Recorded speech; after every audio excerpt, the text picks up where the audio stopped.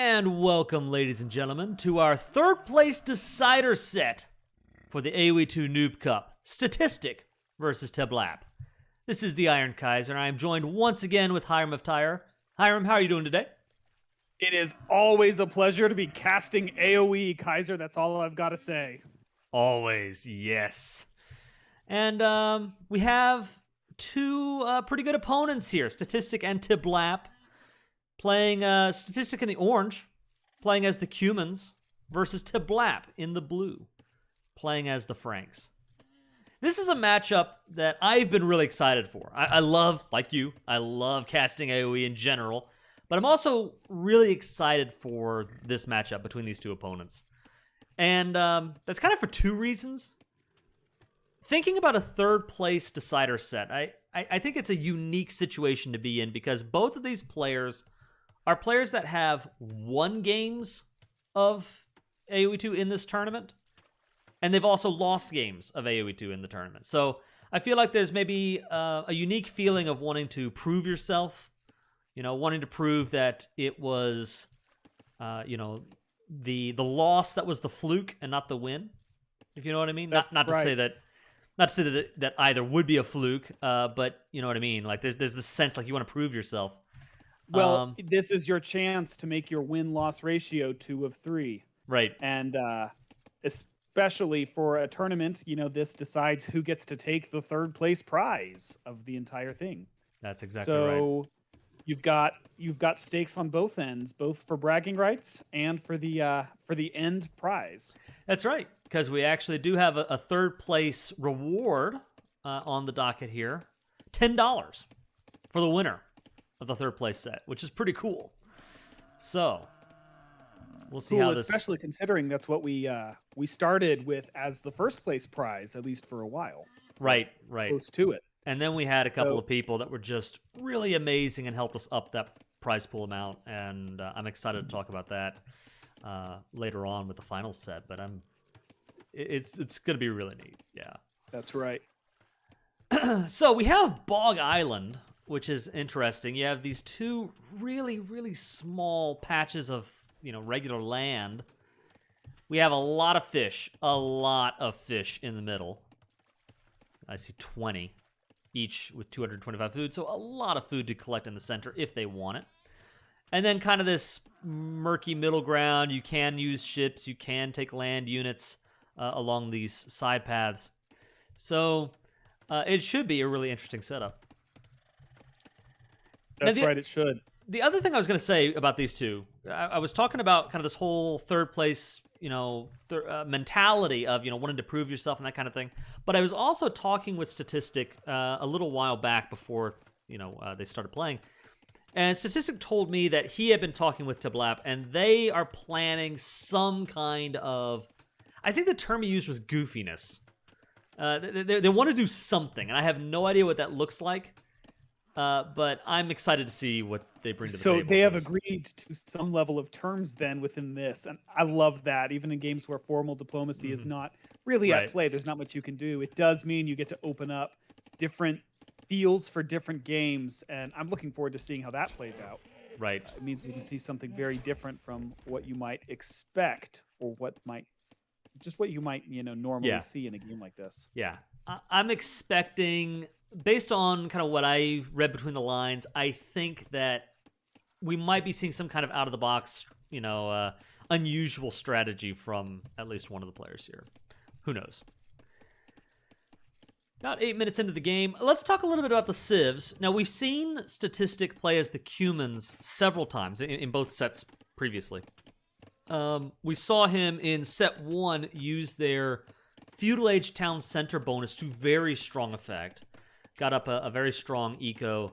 His opponent, who was Super Mud for set 1, was not able to put on enough pressure to really stop that Cuman feudal boom from taking off. Right. And so he did a really great job with the Cumans there. In set 2, I want to say he used the Cumans for the first game there as well. So I dare say that Statistic really loves the Cumans. That must be his main civ. And he tried to go for an early feudal age pressure. He wanted to end the game quickly. And turns out Kalimitar had the exact same strategy in mind and ended up pulling it off. I'm wondering in this game, with this map, you know, he can tell. If I switch over to his view, let's see, 8. He can probably tell, you know, the nature of the map. Is he planning on going for that long-term boom, or is he going to try to end the game in feudal again against Teh Blap? What do you think? If I had to guess, I think he's potentially going for some early pressure in order to give him the leave to boom up early. So a little mix of both, but as you know, and as you've said, the Cumans have a choice basically whether to go into their second town center line and leverage it, or to their or into their siege workshop and leverage it.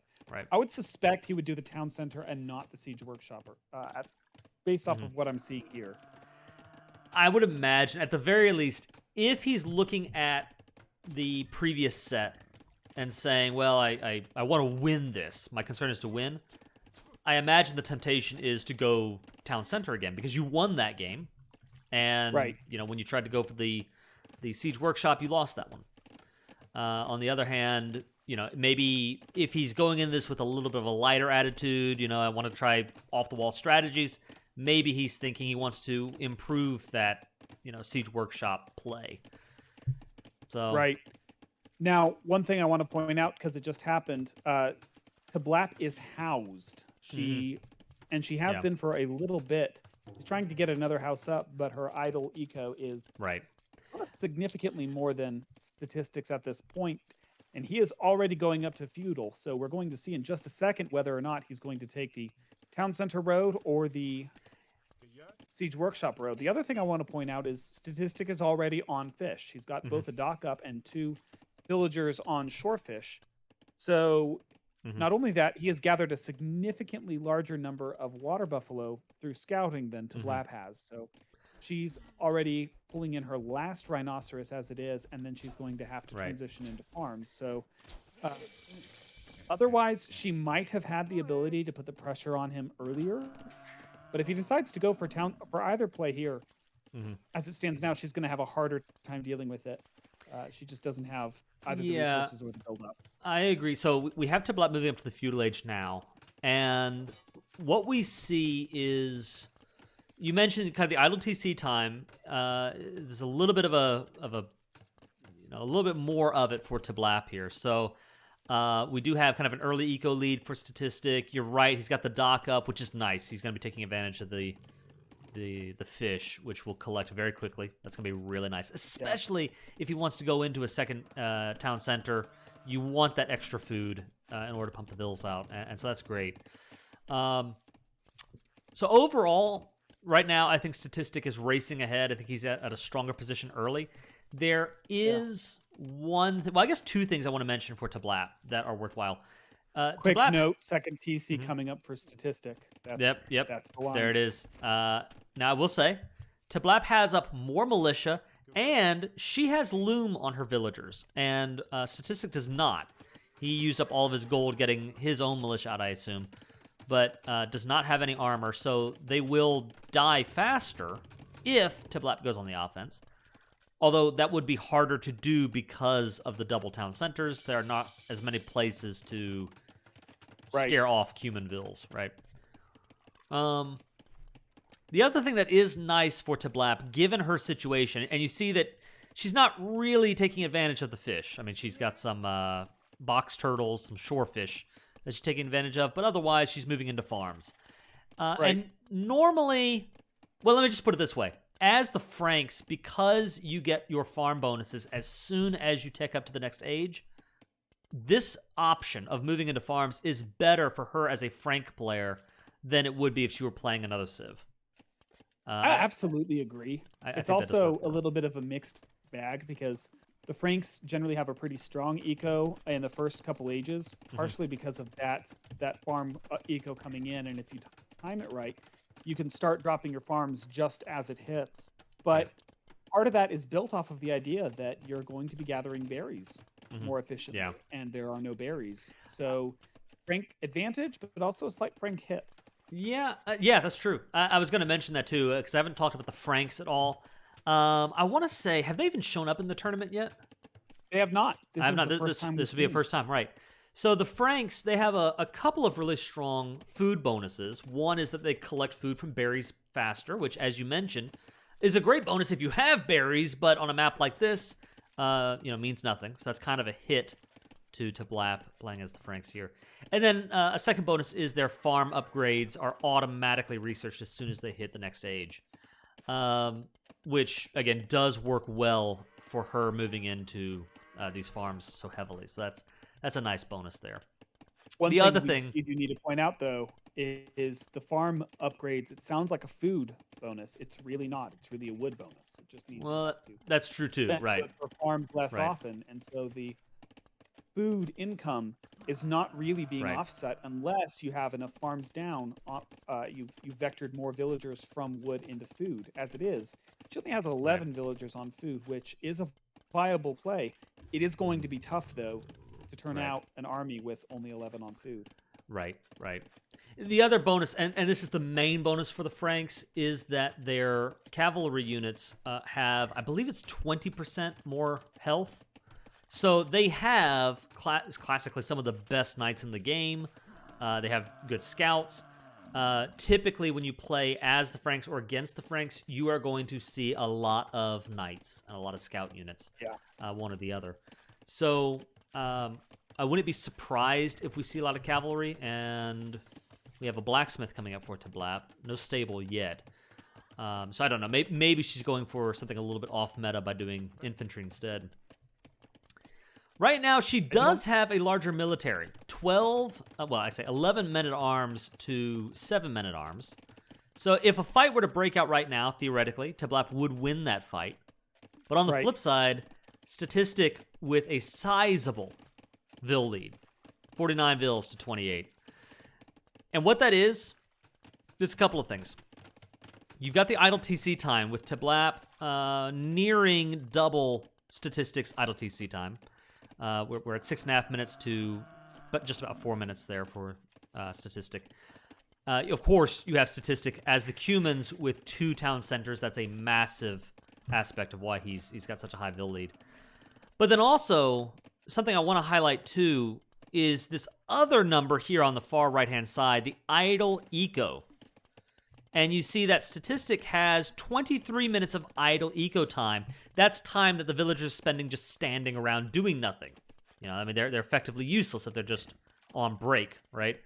Teh Blap here clocking in at 56 minutes of idle eco time. And so we're seeing that adding up and is kind of slowing down her Vil production, slowing down her infrastructure, her war machine.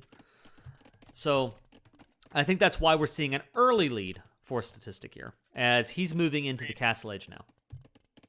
One other thing I do want to point out, though, and we'll see if this makes a difference, especially because Statistic has changed the numbers only just, but the Blap, as the Franks, gets cheaper castles. And so as it stands right now, she could, if she got up to the Castle Age, she could drop a castle right now. Statistic, That's not true. so. That's Having true. said that, he's gone from 2 villagers on stone to 8, and that'll turn around pretty quickly. So we're at kind of a linchpin moment. We're going to see, I would say pretty soon, which way this is going to swing. Statistic has managed to keep his scout in and out of Teh Blap's base, and so he's got a pretty good eye on what buildings she has and also what she's built. He knows that she has a pretty sizable force of men-at-arms, but he also knows, or should know, doesn't really have anything else. He clearly has eyes on the scout. He keeps moving back and forth, back and forth. Correct. I can't tell whether he's purposefully trying to kind of bait them away from the base or what exactly. Yeah. Hard to say. Statistic first to the Castle Age. He's pulled out his scout. He's no longer using them. Whatever he was trying to do, he's not trying to do it now. But some of the men-at-arms are off base. Statistic buying stone straight away. That'll either be a third TC, which is going to be a little tricky given the amount of space he has to work with, or I predict a castle drop. Probably a forward castle drop. But why would he buy up to 800 stone? I don't understand the logic there. I don't really know. One thing that I know he might have picked up from me back from when I was learning more competitive is buying stone early and selling wood early, even if you don't quite have an excess or don't quite have a need, because you know you're going too soon or at some point, and it's more efficient if you do it earlier. It could be that. Now, He could be trying to do both. Yeah. Maybe 2 castles. It could be, right. We see Statistic perhaps moving out. We've got the Longswordsman upgrade coming in, and Crossbowman coming in as well, which I do find fascinating. The Cumans, to my knowledge, don't get any particular bonus toward foot archers. I don't think they have really all that great, a foot archer army, but they have very good cavalry archers. Their unique unit is the Kipchak, which is a very good cav archer unit. Right. So I'm kind of surprised that we see him moving in the foot archer direction. Not only that, he's teched into infantry armor upgrade. Obviously, he had some men-at-arms, and so, who knows? Maybe it's worth it. So maybe that's where he's at. But regardless of what he's going, unless he's going a hardcore infantry build, which is...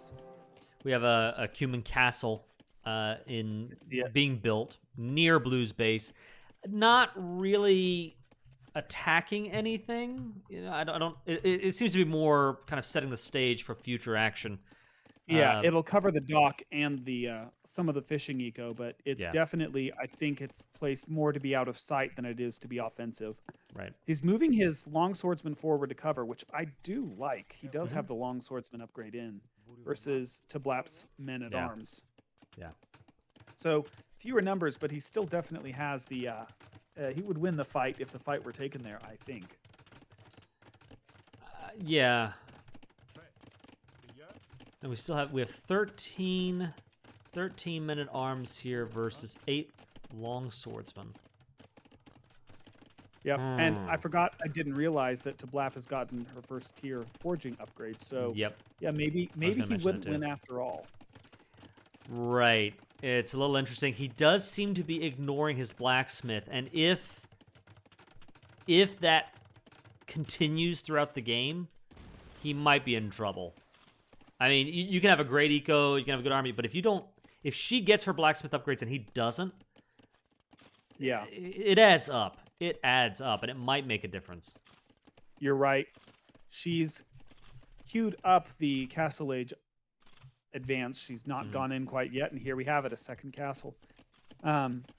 It's not quite coming in yet, but here we go.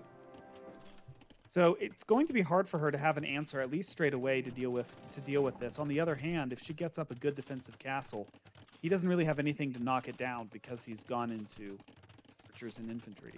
We have a Kipchak horde coming in. So we do. I think this is a good call. It's the right call. The only thing I would point out, I just finished saying it, but again, you really want fletching. The archer armor is nice too if you're going to go Kipchak, but the attack upgrades for cav archers are very, very, very important. A watchtower coming in for Teh Blap on her eastern side. Again, I understand it. That's where the scout's been coming in and out, but a watchtower is not really going to stop or even deter a scout. Not if they want to come through. The scout can dodge the arrows if they don't have ballistics, and it's not going to do that much damage. So that's stone that will help. But a watchtower is best used, in my opinion, as a place for villagers to run into or against archers. So I think what we're seeing with this match is just how difficult it can be to play against the Cumans when they have that opportunity to boom up. If they go for the booming option and and they're allowed to kind of grow freely, it is very difficult. Yeah, they certainly can boom up very, very quickly. The only way to really deal with it is to put the pressure on early. Now, the good news against the Cumans... Go ahead. Now, I was just going to say, what Teh Blap really needs to do here... And here we have a third a competing castle, a Frank castle coming out. This is not... Oh, no. A little too ambitious there. If she doesn't delete it, she's going to lose all that stone. Hurry up, delete it. No. Down it goes. The good news is... she's playing as the Franks. So Teh Blap can still throw down another castle, even with the reduced amount of stone that she has here. I don't think that watchtower is going to be enough. Yeah, I don't think so either. What is her plan here? You know, maybe she intends to try to hit the castle, hopefully before he gets an army and before he gets mortar holes, but yeah, it's not going to work out. Yeah. I mean, another watchtower. She's in a tough situation, and she's going to go into pikemen, and I think we saw this in the Statistics' second game against Supermud, where going pikemen against cav archer, it can work if you've got a lot of pikemen and your opponent lets them get close, but and there we have it, GG game 1. GG, but yeah, it's just too easy to kite. You know, I think in practice, the cav archers could just run away, shoot, and they win that. So game 1 goes to Statistic, proving that he definitely just has an affinity for the Cumans, and particularly building up kind of a strong economy into a Castle Age push. It's worked out well for him in both games. So well done to Statistic in game 1. I was going to say, no surprise that he went Cumans. I do feel bad for Teh Blap in that one of your earliest and often significant upgrades is just not there, or bonuses is just not there on the map due to no berries. Right, yeah, I agree. Yeah, Teh Blap is kind of one of those things where, again, you're not aware of what map you're going to get when you pick your civilization. So if that was something Teh Blap was counting on or hoping to have as part of her toolkit, you know, unfortunately, the map just worked against her and in Statistic's favor on that one. But again, you know, well done to Statistic using his bonuses well. We're moving on to game 2.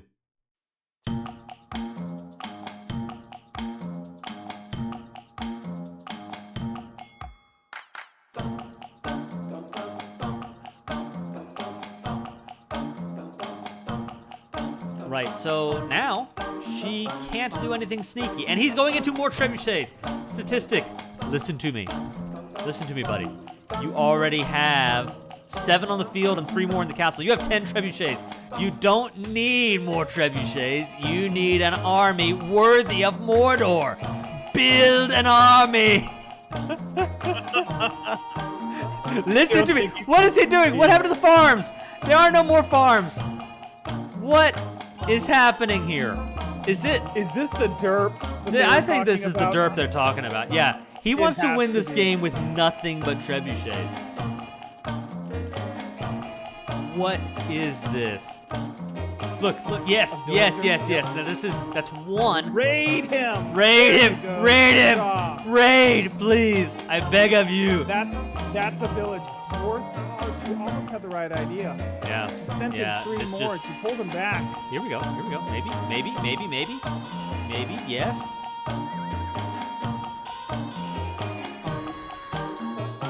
All right. Yeah, well, that was good. You got a couple. Yeah, that hurts though. All right. Like, now you can't go back and forth under a castle. Yep, that's deletery. Yeah, now they're memeing on us here.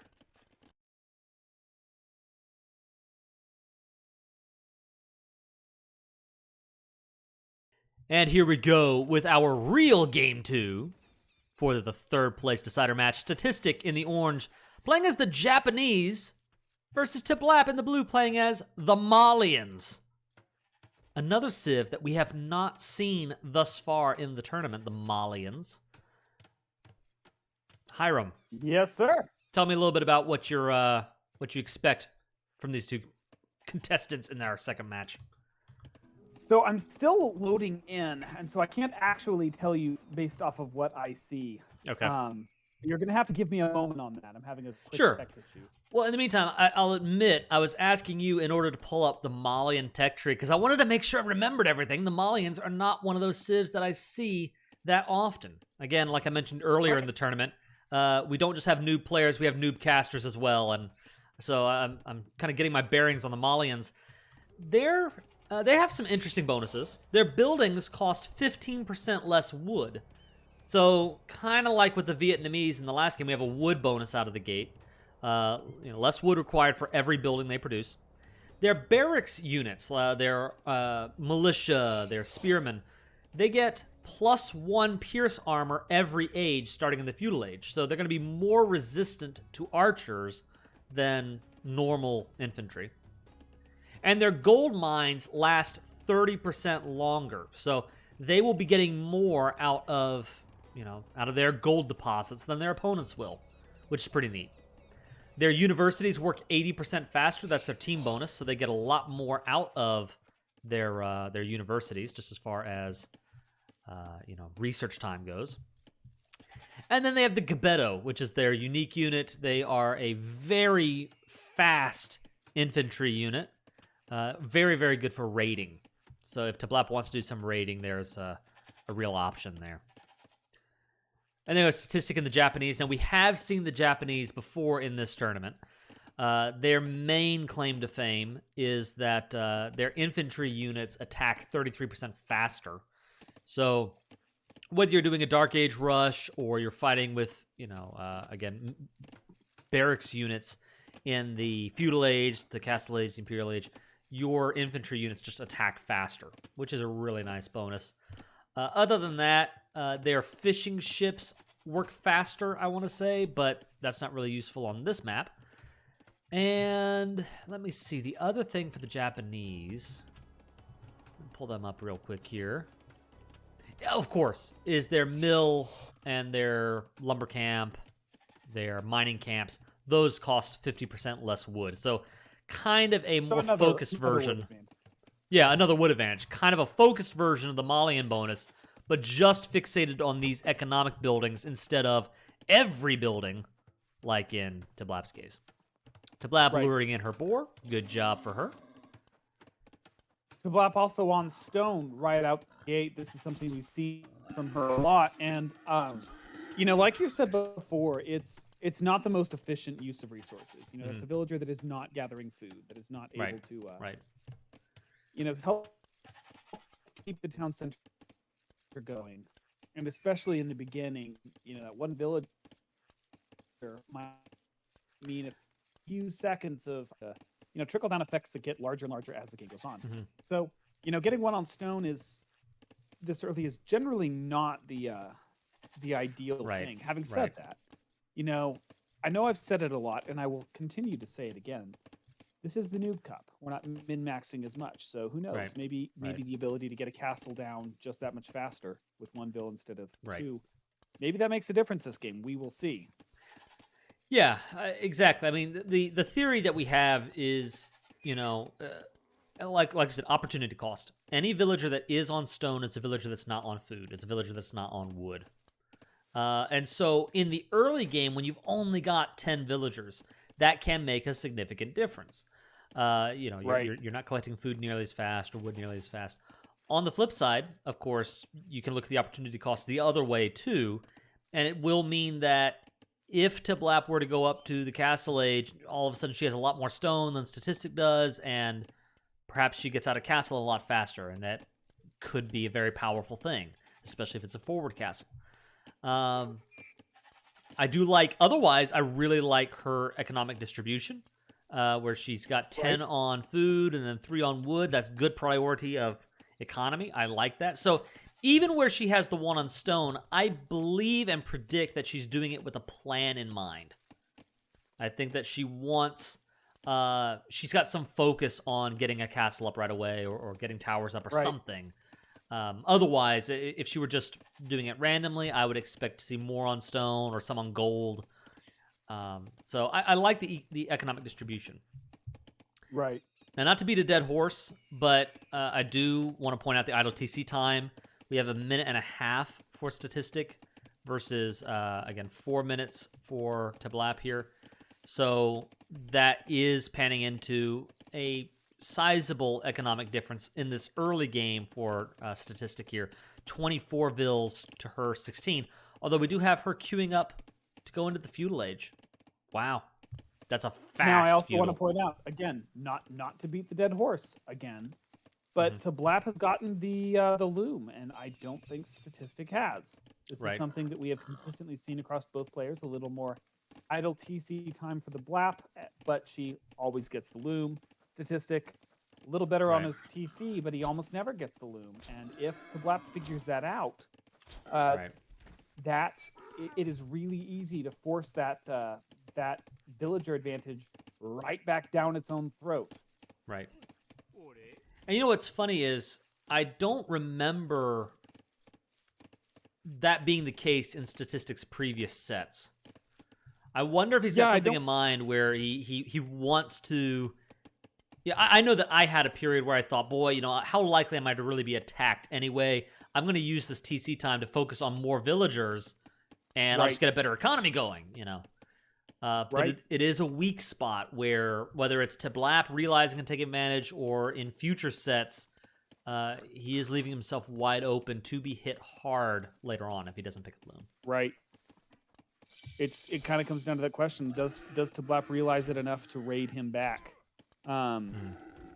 You know, getting those villager kills. If she doesn't raid, then yeah, getting loom wouldn't do him any good. Not really. So we will see. Statistic has also pulled a bunch of what I would consider, or people would consider, her sheep. He's leading them back to his own town center, and she's got very few left. So he found them and he's pulling them. So she's going to be behind on the food front already, and that is hard to deal with if you're counting on them, and most players do.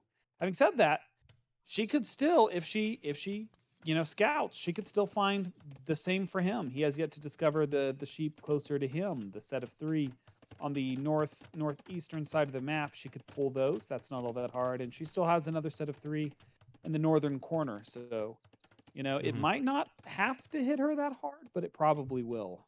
Right. Yeah. So we have Statistic going up to Feudal Age himself now. And the thing is, when he went up to Feudal, he has a lot more villagers working during that downtime. And so that means that the economy is going to be that much stronger coming out of the Dark Age into the Feudal Age. Right. That's a big bonus for him, a big boon. Yeah, it's pretty huge.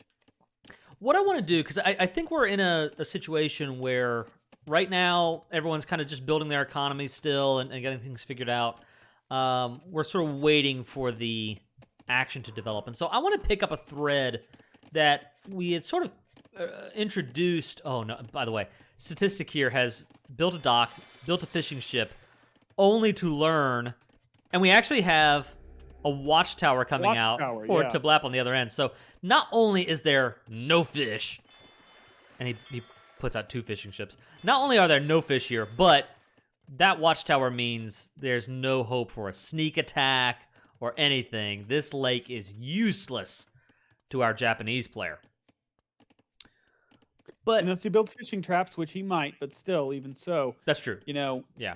At some point, you've got to remind yourself that a fishing trap is not really that much better than a farm. I don't know if it is. It gathers any faster, if it has any particular advantages, but like a farm, you still have to reseed it constantly. You still have to invest wood into it to get the food out of it. Yeah, you can't really be raided, but you know, you had to spend some money on it. Yeah, he deletes both ships. He deletes, yeah, he sees that's useless. You can't really say that's the wrong call.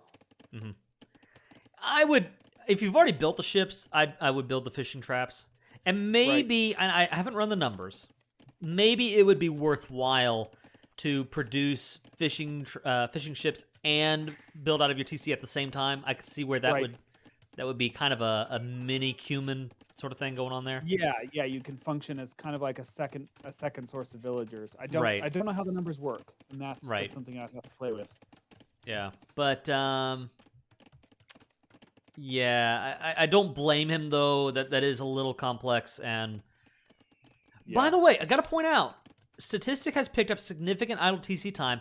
Teh Blap is back in striking distance, Vill-wise.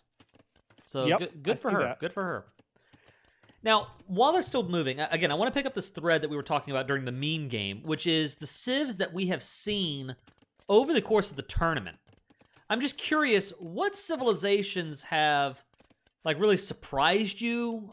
Which ones have you expected to maybe see more of? And what sort of predictions do you have moving into our finals game? So I gotta say, the Khmer pick in the first Was it the first game of Yeah, the first the very set? I first think it game of the was, tournament. yeah. Yep.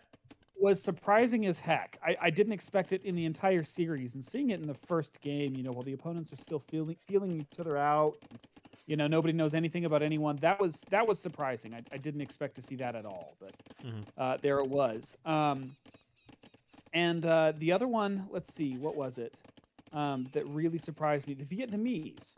So, it's what you would expect to see in a Noob Cup is civs with advantages that are particularly easy to take advantage of, like the Vikings, where you get your eco upgrades they just hit.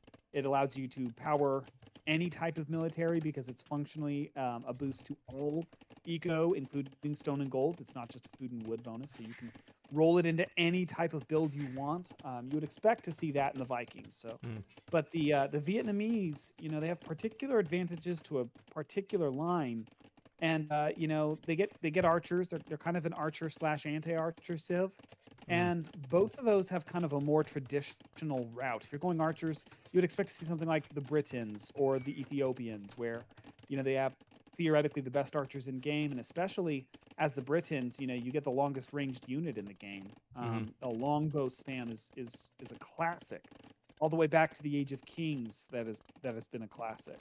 Right. So I would have expected to see more Britons. We did see them, but we haven't seen them except for once, and their lack has kind of surprised me. The Vietnamese, on the other hand, they just take a little more finesse to get used to take advantage of, and we've seen them favored a lot more than I would have expected. And the last one, I want to say, I was a little surprised to see the Bulgarians picked in the Statistic v Supermud set. Teutons, he was playing against the Teutons, and of course he didn't know that. So Teutons is kind of one that is not surprising at all, but the Bulgarians is it's different. It's got a different build line. If you want cheaper castles, most players, instead of building a Cray post, would just go Franks and build the cheaper castles there. But Bulgarians was a pick I didn't expect. By the same token, like I said, I would have expected to see more Franks. I want to jump in here real quick. We got a couple things going on.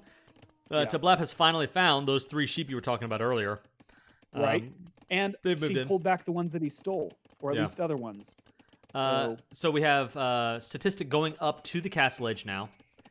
He is 7 vills ahead, which is still a lead, but not that much of a lead. Not what it could have been. Nope, not at all. And we also have Teh Blap here with 4 on stone, and she has enough for a castle. So as soon as she hits the castle age, she can throw down a castle if she wants. Statistic only now is starting to get onto stone with 5 on his stone vills. So some things moving and happening there in this game. Now, as far as min-maxing goes, that is, if you're in Statistics shoes, that is the technically better road, where you get them onto stone as you're going up to the castle age. A little faster would be better, but you want to get that 650 right as you hit castle. So you can drop it pretty much right away, but they're not wasting time somewhere else. Right. The Blap, by the flip side, she's building not just one, she's building her 2nd watchtower now. So putting them onto stone early as she did in that context actually makes a lot of sense. I'm kind of surprised to see Teh Blap has picked up forging and scale barding armor, which would imply cavalry, but then is also putting the resources into the padded archer armor. So is she thinking, archers and knights, or archers and scouts? Is she thinking... oh, look at this. Statistic has dropped a castle foundation right behind her watchtower. He hasn't seen it. And he's going to walk the villagers up there. They're not unprotected. There are men-at-arms there as well. But he's walking them up. I think he sees it. And Teh Blap has a 2nd watchtower now. I'm not sure if that's going to cover the first one or not. If it is, it may scare him off. Yeah. Alternatively, we may see the value of an army versus static defenses here. Right. Defenses can be just blasted down. Having said that, if he gets this other watchtower up fast enough, it might be able to... No, it's going to melt. It's going to absolutely melt. So I want to add on to your own I want to add to that conversation that we were having. As we see, Statistic will get the castle up. That lone watchtower will not stop this. Statistic looks like, is he just defending, or is he going to go on the offense? I don't know. He at least sees the tower. He wants to take that down. Yeah. This is now the good news is she sees the castle going up, and she's dropping a foundation of her own. Right. And this is a well-placed castle, I think, to kind of try to block off. He's got military on the field. Right. She does not. She needs to do several something. villagers building the castle. She's only bringing 2, which, 2 is better than 1, but he's got 5. So if it's a fight v fight right now, if he pushes those men-at-arms forward, odds are that castle's not going to come up. Right. If he moves out, now, he won't see this. But if he moves out as soon as that castle goes up, she's in trouble. Yeah. And they are moving. Are they going to... Yeah, I don't know. How far? I think they're going to see it. Nope. They're hiding and healing up. Yep. I mean, long swordsman coming in for the Japanese, as well as thumb ring. Again, he's kind of teching into both the infantry and the archer line, which, who knows? Yeah, I think that works for him. I wonder if he thinks thumb ring applies to castle the way ballistics does. I don't think it does. Second town center coming out for Noah. Yeah. Yeah. I'm not at all surprised. I don't think the location is optimal. You only get a little wood. If you push it back, kind of between those 2 lines of trees, or even better, put it back on that other stand next to the gold. Put it always build on 2 resources if you can.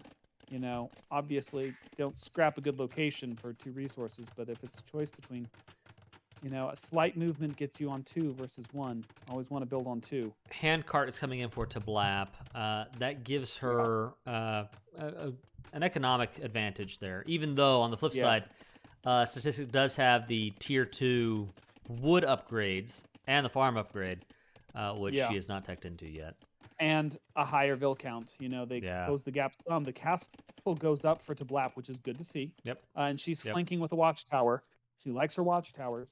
I don't think it's the best choice, but it's better than nothing. So get some military out, though, is what I'd really like to see. Petard's coming in. Petard's and Gabetto. Yeah, that's true. So now the Gabetto, here's the thing.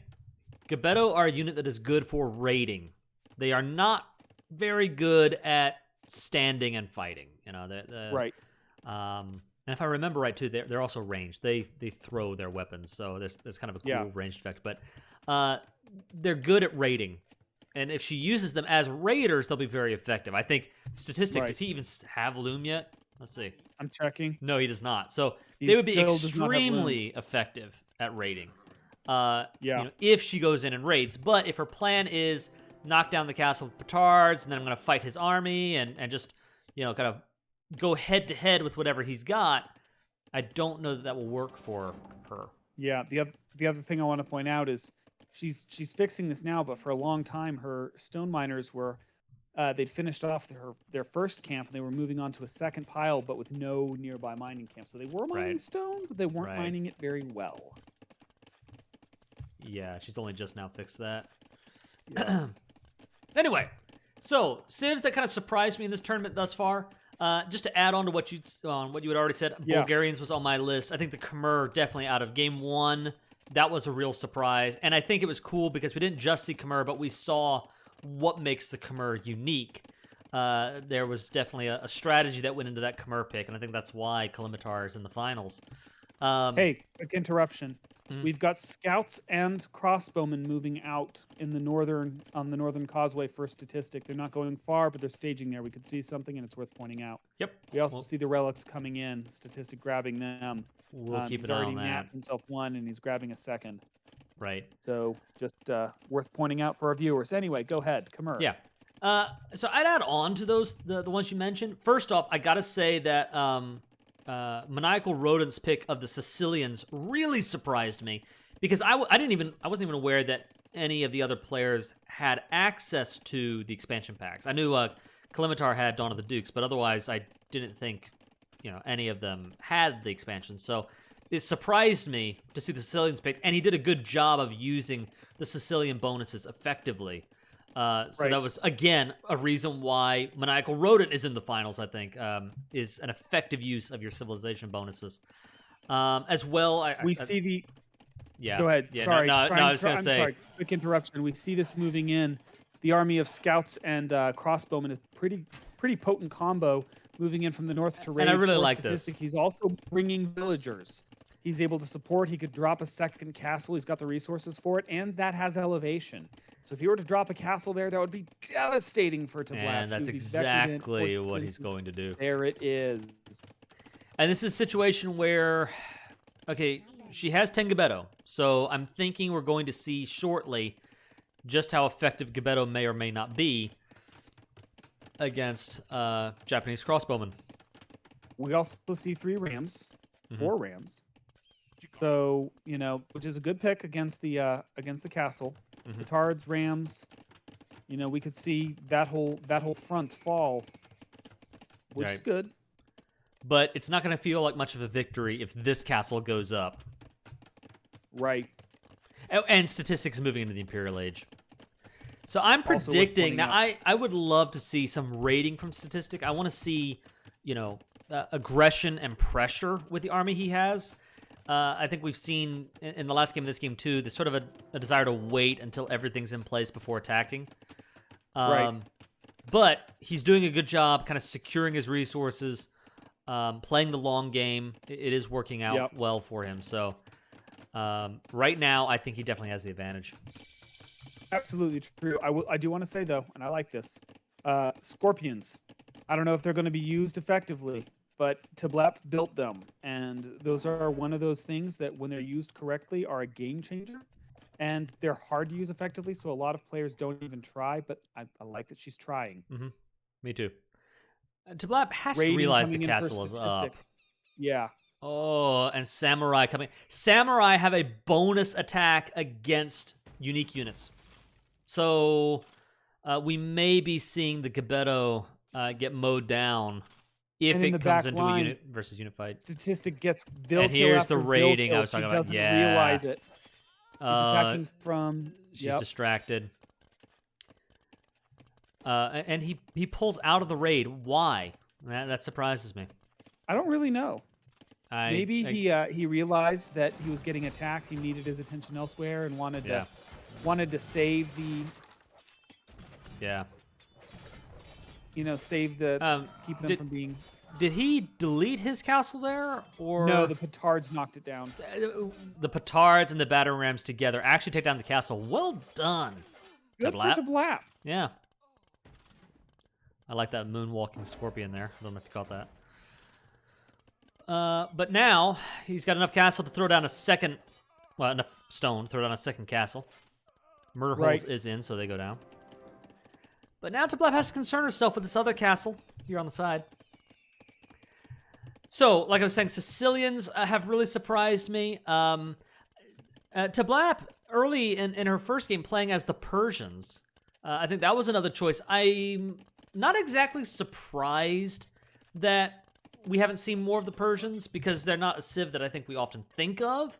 But I argue that the Persians are one of the top 3 best beginner civilizations in the game. Because they don't have a lot of spearmen that are dealing with the raiding. Good for her. Anyway, back to you. The Persians don't have a lot of bonuses, but the bonuses they do have are very effective. The additional 50 food and gold at the beginning of the game helps smooth out a lot of inefficiencies where you have idle TC times. It's not as important when you have a bonus like the Persians or the Lithuanians have. And the faster producing town centers is a really useful thing. Again, if you're behind, it helps you catch up much more effectively. So, those are civs that I've been very impressed by, and I've really enjoyed seeing on the field. I agree. I'm glad we got to see something other than just Britons and Franks over and over and over again, which you never know. It might have happened that way. I'm glad to see the mix and the diversity that we've gotten to see, especially from the Noob Cup. And not just from a couple players, but they've all, played some that you wouldn't necessarily expect. Right.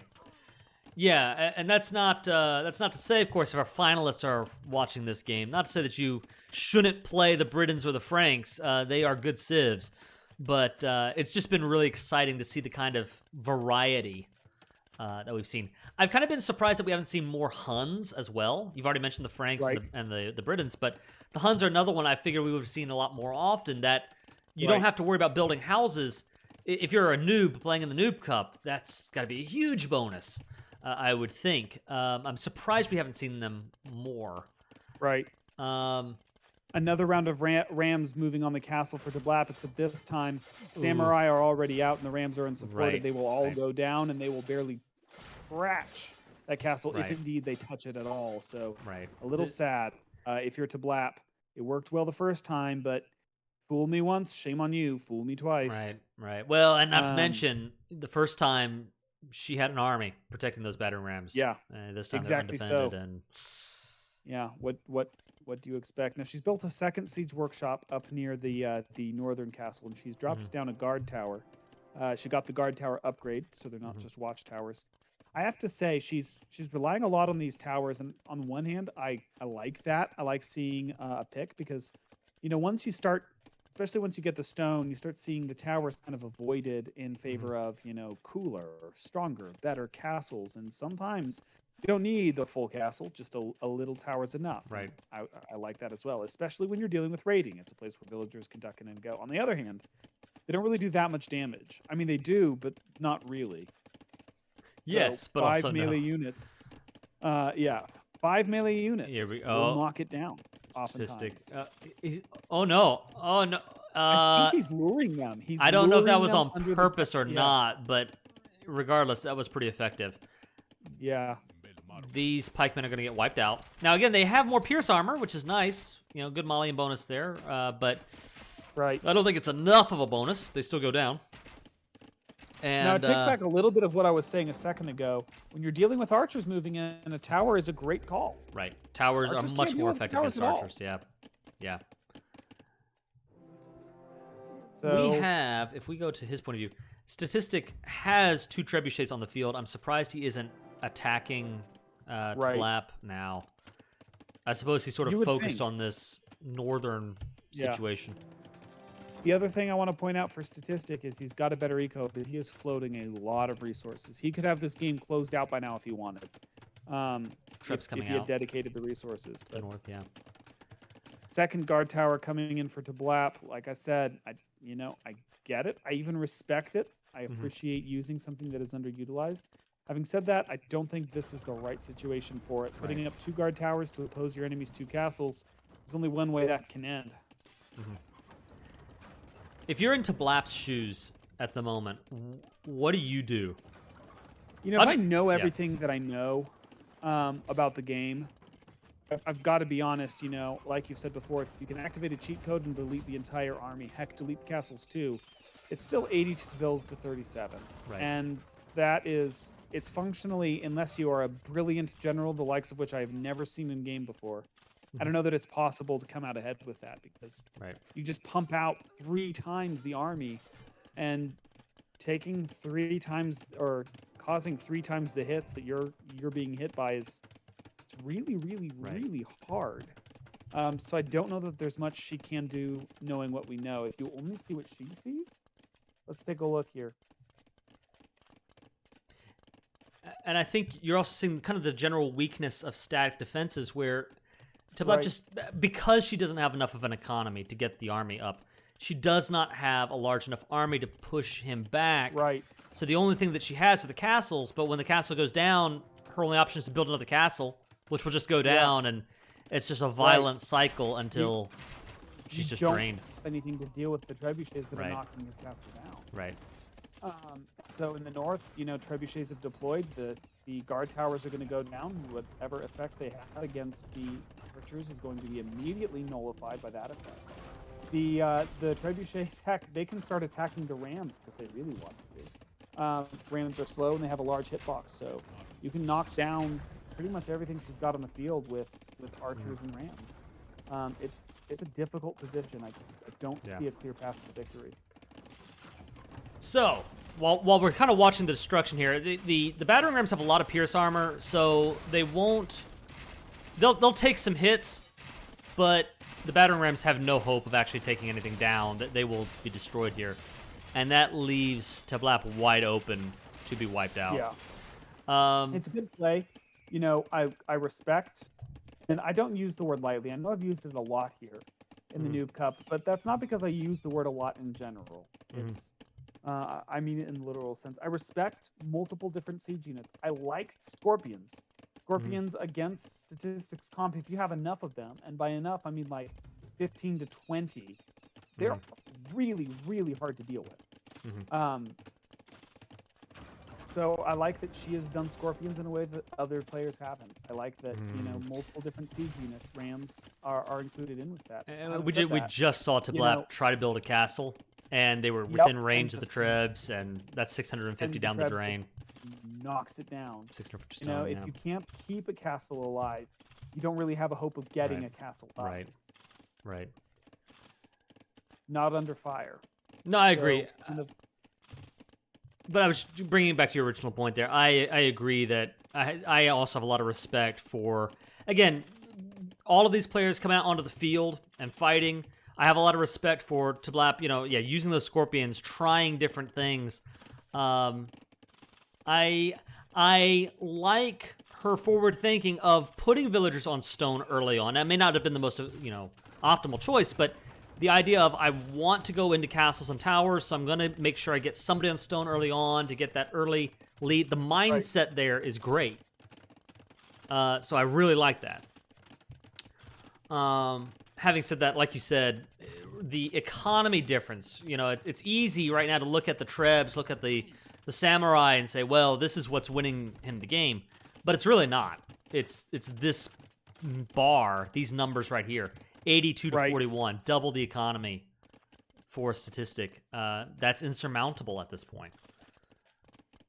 Especially because even if you get up a second TC, number one, you have to put in the resources to make it self-sufficient. You know, you've got to put in the wood to build the farms around it. You've got to put in the food to build the villagers to man it, you know, that kind of thing. So it's not just the resources of it itself, but like there's not much for it to gather. There's some wood left that isn't being immediately contested. But not a lot, and even if it were a mother load, right? Like, Statistic can just walk the trebuchets up and knock that town center down too. It's about what's going to happen to her home base. So, you know, it's a tough go. Good try, lots of good stuff, but I don't see any way that this game can end but one. Not at this point. Now, what I would like to see, some advice for Statistic in his future AoE adventures.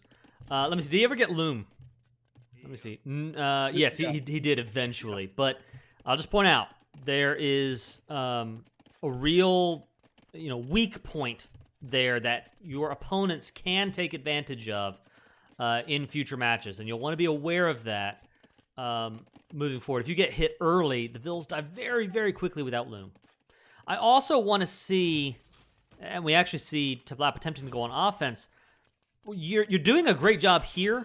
You've already got the trebuchets down here. You might as well attack from both sides at the same time. You know, kind of that multitasking component will, you know, is a strong... One thing Teh Blap could do, and again, she doesn't know this, and it might not make any, it probably wouldn't make any difference at all. Get a transport ship loaded up with 10 raiding units and just go dive his back line. If you're being raided, sometimes all you can do is defend. Sometimes you have to raid them back. Because action is quicker than reaction. Get inside that OODA loop and cause mayhem, because there's a good chance, especially at this stage, they're not going to realize they're being raided until the damage is done. You know, they'll look up and realize that the town center is being hit. As it is. And we have it. Teh Blap calls the GG. Statistic is our third place finalist in the Age of Empires 2 Noob Cup. Statistic, hold that crown. Take that medal. Hold it high. Celebrate, for you are a champion. A third place bronze medalist champion, but a champion nonetheless. Well done. Champion nonetheless. Well done indeed. And Teh Blap, likewise. Again, congratulations to you for making it this far in the tournament, for putting on a show for us, demonstrating you've got the competitive spirit and the chops to make it all the way here to the third place decider matches. Well done to both of you. Again, didn't mean to cut you off there, Hiram, but any last thoughts on this series? Oh, it's been a fun run for both of these players. Both of their roads are ended. Of course, Statistic with a medal, but both are done for the series so far, except for the free for all. Mm-hmm. And it's been a good run for all of them. I have enjoyed all the games. So not just for the sake of where you ended up, but for the sake of all the games that it took before you landed here. Mm-hmm. Well played, all across the board.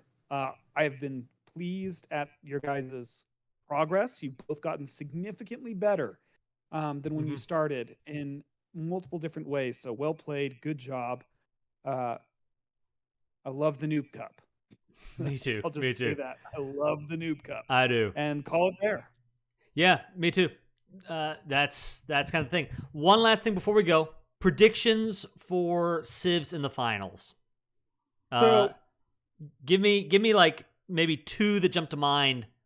Vikings. They've been a fan favorite so far, and so I would not be surprised if they showed up again. And I don't know why I say this, but the Saracens. All right. I'm gonna go with. I think we may see a return of the Cuman. And I'm gonna predict. I'm gonna go a little bit out of the loop. I'm thinking we might see Burgundians. Maybe. Either which way, I'd love to see it. Yeah. With that said, congratulations, Statistic. Well done to Blap. Both of you put on a show. Good games. But Statistic takes the bronze. And with that, we're calling it for our third place decider match. Our third place finalist has been decided. And we will meet again on the fields of battle for the AoE2 Noob Cup Finals next time. This is the Iron Kaiser, along with Hiram of Tyre, signing out.